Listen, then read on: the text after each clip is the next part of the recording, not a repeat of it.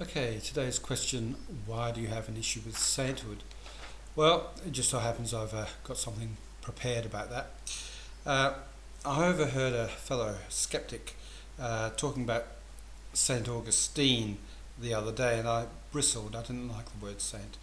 Uh, we use this term unthinkingly as a common designation, St. Paul, St. Peter, St. Jerome, etc. But sometimes it's worth stepping back and thinking about these terms, as skeptics should do, and wondering if they're justified, what they mean, etc.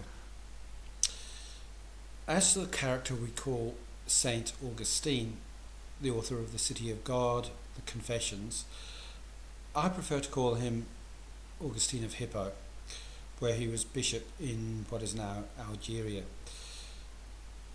Being a convert to Christianity from Manichaeism, a very strange but highly fashionable cult religion of the 3rd and 4th centuries, especially amongst the intelligentsia, Augustine was, like many converts, pushy about the new religion, Christianity, that he'd adopted.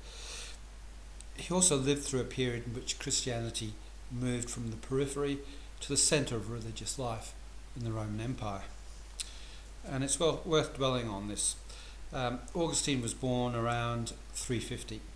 The Emperor Constantine was converted to Christianity a quarter of a century before Augustine's birth, and people make the mistake that Christianity that the Roman Empire became Christian with Constantine, but it's not as simple as that.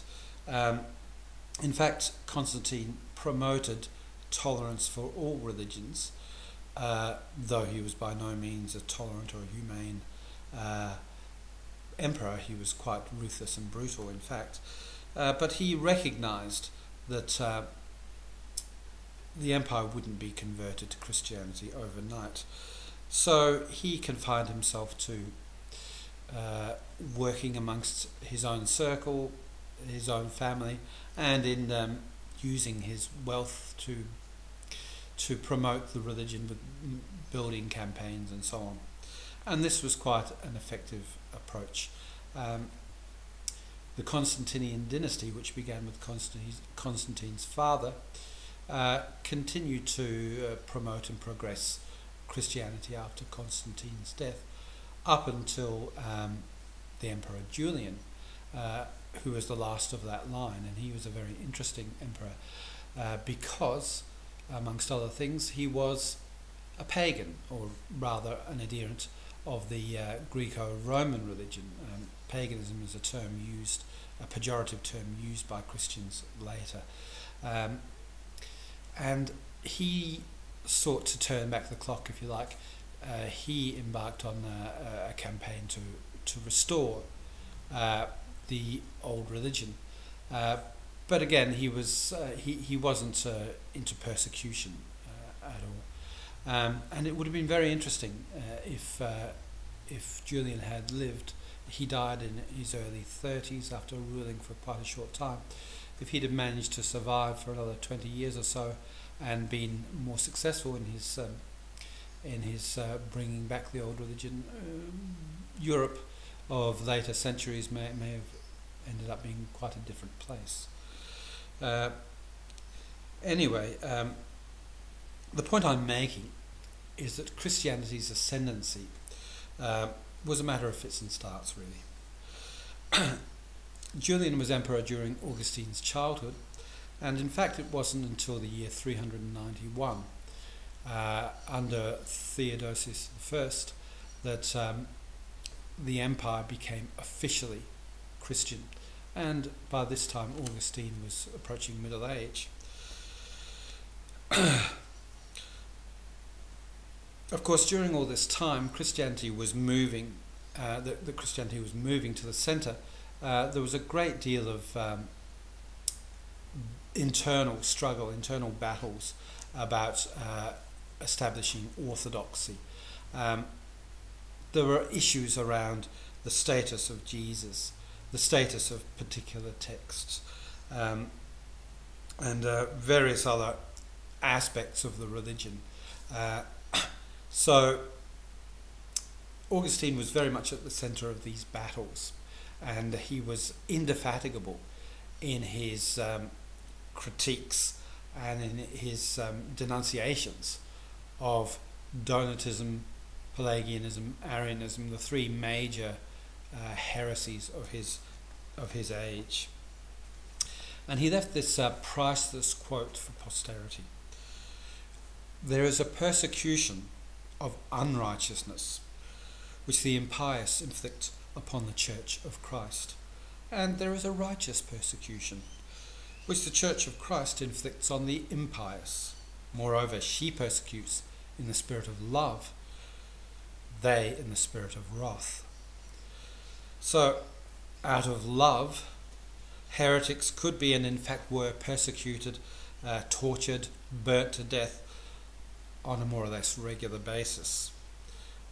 One modern writer has described Augustine as the architect and the intellectual force behind the Christian persecution of its own for the next 1,000 years or more, in spite of his own thoroughgoing piety and quietism. In other words, he was no saint. Of course, in the early days, sainthood was conferred on most of the church founders, especially if there was a whiff of martyrdom about them. It seems the number of early Christian martyrs has been greatly exaggerated, of course, but and we have no actual evidence of the martyrdom of Paul of Tarsus or of Peter of the Pearly Gates, whom the Catholics celebrate as the first pope, although there's no evidence for that either. Anyway, nowadays, to become a saint, your life has to be closely investigated for evidence of miracles. And who does the investigating? That bastion of empirical inquiry, the Catholic Church, of course. The process, for what it's worth, is a three-stage one.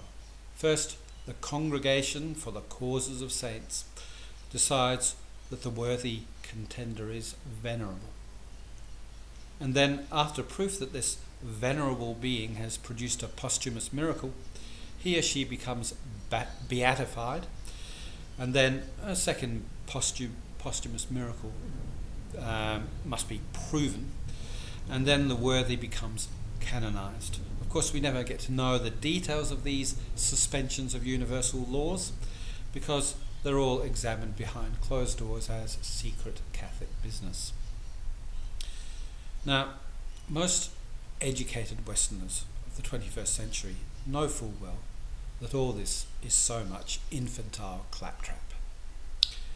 Yet, our politicians and our media collude in the phantasmagorical farrago of fakery that goes on, because presumably the notion of sainthood still has a certain cachet, and a local saint is guaranteed to bring in the tourists. And that's a shame, because this kowtowing collusion continues to empower that monumental engine of fakery and falsehood, the Holy Roman Catholic and Apostolic Church. Surely it's time for us to put away such childish things. Instead of pretending to accept bogus miracles, we should celebrate the actual ordinary humanity of the likes of Mary MacKillop.